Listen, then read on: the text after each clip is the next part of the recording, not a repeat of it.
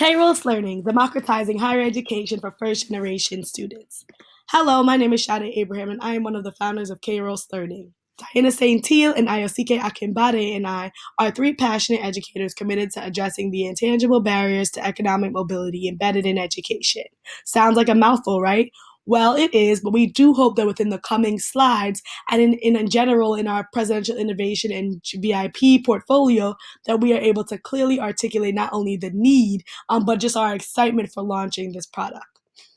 By overall, we believe that many students and their families see education as the great equalizer, an emancipatory tool for escaping communities of poverty. However, when these students and their families engage with the K through 16 pipeline, they find out that there are definitely some more difficulties than they would imagine. And we are here to hopefully launch a product that will be able to smooth that pathway for students so that they don't have to go through what we went through as low income and first generation students getting to college and beyond. So what is the need? Just lightly articulating that, as we've mentioned before, there are unwritten rules embedded in the K through 16 pipeline.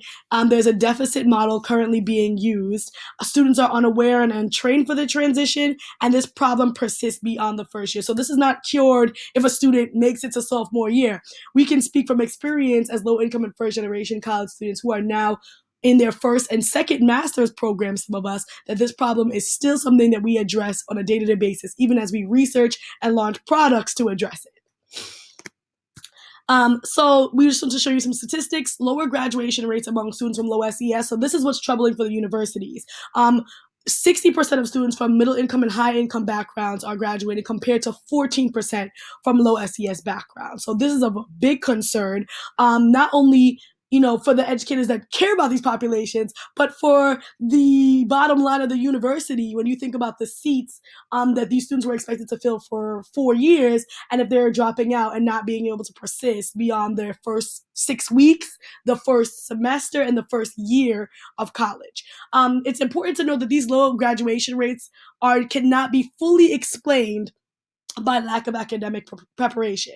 So Kairos hopes to address both pathways. So maybe it may be caused by academic preparation, and we want to be able to address that within our gaming. But if it's not, and there are other factors, and we believe that those factors are in capital, economic capital, cultural capital, and social capital, we want to be able to address those things as well within our gaming platform.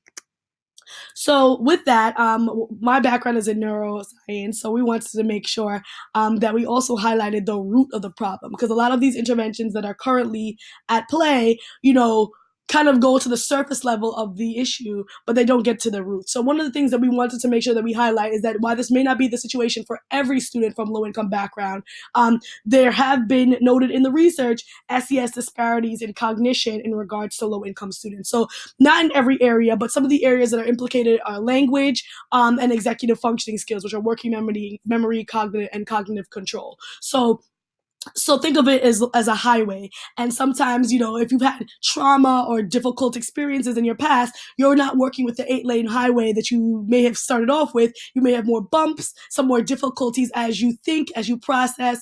It may be a little more difficult because you were thinking about a lot of other things in your childhood. So with that, we want to make sure that we address that within our gaming. So we're not just going for a surface level game that kind of just pinpoints a few of the things that may be going on with the student, but we really want to get to the root of the issue. And sometimes the root, it has to do with neurocognition. So stakeholder voices, we want to make sure that we apply some of the folks that we've been speaking to in the last few months about this product. So Dean Fitzsimmons, who here at Harvard, who is a first generation student himself, speaks about the secret handshakes of Harvard, and learning these terms of engagement are often difficult for first generation and low income student populations because their parents did not attend university. This is their first time. This is uncharted territory for many of them. And throwing them in the deep end and expecting that they can survive is very difficult, and we do not believe that that's a fair request for these students. So we also need to think about the fact that for a lot of these students, coming from a low-income background, their parents making $40,000, $50,000, maybe $30,000 a year, coming to spaces like Harvard, where the median household income is $168,000, is a big jump. We've heard from some of the students that, when they couldn't afford to get home for Thanksgiving break, some of their friends and some of their roommates were planning their trips to Maui for the spring break a few months later. So understanding how that plays an effect psychologically when you're just trying to get your work done, encountering these experiences.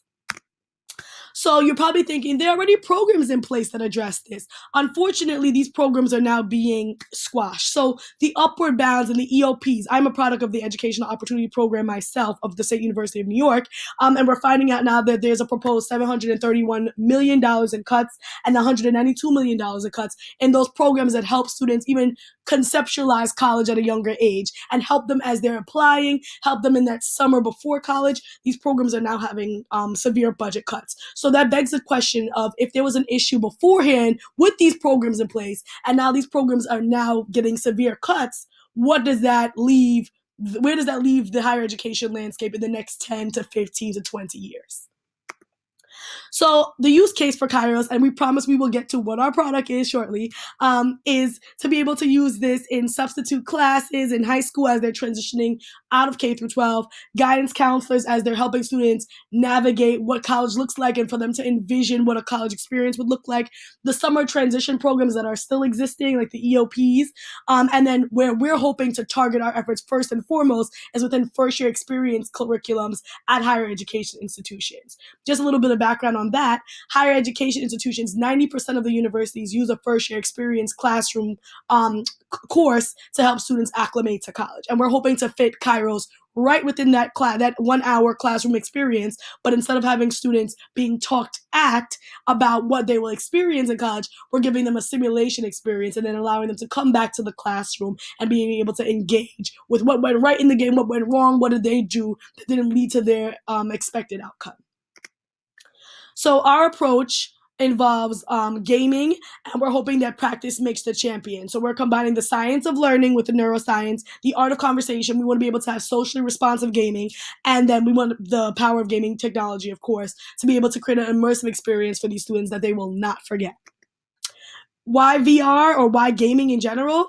80% of transmitted information can be remembered using VR versus 20% using traditional learning methods. So again, we are not married to VR. However, we are thinking of several other gaming platforms. We want to use digital and technological spaces to launch our game because we realize that there is research that speaks to a greater attention for students through these mediums.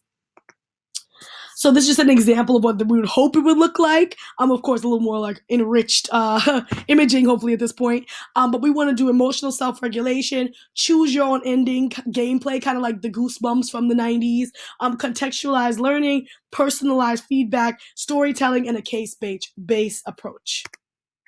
So again, the commercial value is, say, our product would cost $5,000 for a university for that year, compared to the $20,000 to $60,000 per student they would be losing per year if that student would drop out. A lot of universities have been very welcoming to the idea of any intervention we can think of that will be able to address this problem, because they're losing so much federal dollars at this point that it's important for them to address it very quickly. Anyway, well, we're very thankful for you and very thankful for the opportunity to speak about Kairos Learning, and we are super excited about the opportunity to potentially partner with the VIP program to be able to launch this and bring this idea to fruition. Thank you so much, and have a great day.